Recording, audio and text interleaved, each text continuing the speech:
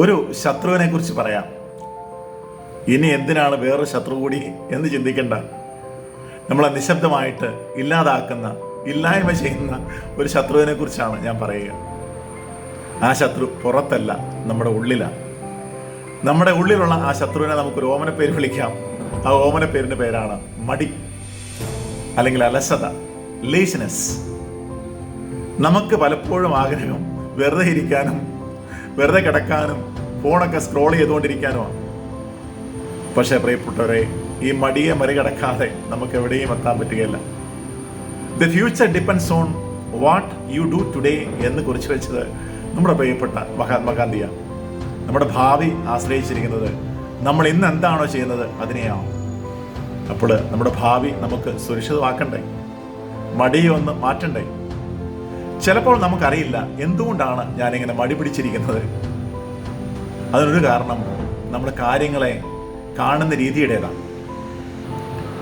Break down the goals into small events. ചിലപ്പോൾ നമുക്ക് വലിയ ഗോളുകൾ ഉണ്ടാകാം, ലക്ഷ്യങ്ങളുണ്ടാകാം. വലിയ ലക്ഷ്യത്തെക്കുറിച്ച് ചിന്തിച്ചിരിക്കുമ്പോൾ അതിലേക്ക് എത്താൻ കഴിയില്ലല്ലോ എന്ന് വിചാരിച്ച് നമ്മൾ മടി പിടിച്ചിരിക്കും. എന്നാൽ ഈ വലിയ ലക്ഷ്യങ്ങളെ കൊച്ചു കൊച്ചു കാര്യങ്ങളാക്കിയാൽ നമുക്ക് അതിലേക്ക് എത്താൻ പറ്റും. ഉദാഹരണം പറഞ്ഞാൽ, നിങ്ങൾക്ക് നല്ല ഫിറ്റായിട്ടുള്ളൊരു ബോഡി വേണം. അതിനാവശ്യമായ കാര്യം ഡെയിലി വർക്കൗട്ടാണ്. അപ്പോൾ ഡെയിലി വർക്കൗട്ട് ചെയ്യുന്നതിനെ കുറിച്ച് ചിന്തിക്കുക. ഒരു ദിവസം 1 മണിക്കൂർ വർക്കൗട്ട് ചെയ്യുക. അങ്ങനെ ആ രീതിയിൽ തന്നെ മുന്നോട്ട് കൊണ്ടുപോയാൽ നമുക്ക് ലക്ഷ്യത്തിലെത്താൻ പറ്റും.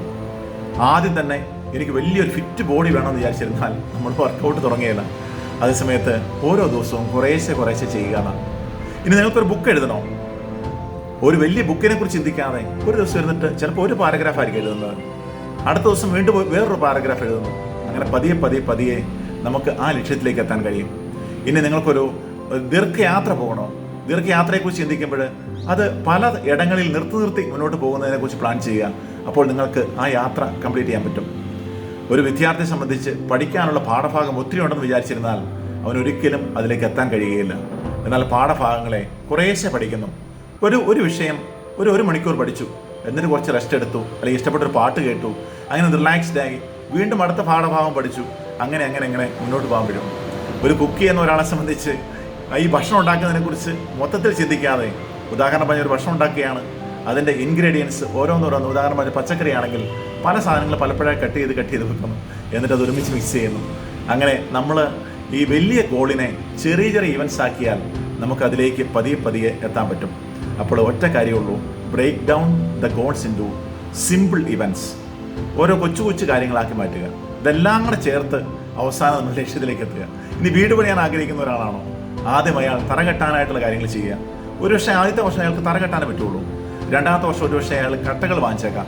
മൂന്നാമത്തെ വർഷമായിരിക്കാം അയാൾ ഒരുപക്ഷെ അത് വീട് വാർക്കുക. അങ്ങനെ പതിയെ നമ്മുടെ ലക്ഷ്യങ്ങളിലേക്ക് എത്തുക. ഞാനങ്ങനെ വീടുണ്ടാക്കുമെന്ന് ചിന്തിച്ചിരുന്നാൽ, മുഴുവൻ പൈസ ഉണ്ടാക്കിയിട്ട് വീടുണ്ടാക്കാമെന്ന് ചിന്തിച്ചാൽ ഒരിക്കലും അയാൾക്ക് വീടുണ്ടാക്കാൻ പറ്റിയെന്ന് വരികയില്ല. അപ്പോൾ പതിയെ കൊച്ചു കാര്യങ്ങളായി ചെയ്ത് ലക്ഷ്യത്തിലേക്ക് എത്തുക. പ്രിയം നിറഞ്ഞവരെ, നമ്മുടെ മടി മാറ്റാതെ നമുക്ക് ഒരിടത്തും എത്താൻ പറ്റുകയില്ല. നമുക്ക് മടിയെ മറികടക്കാം.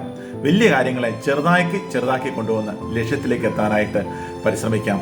മടി നമുക്ക് മാറ്റാം, നമുക്ക് ജയിക്കാം.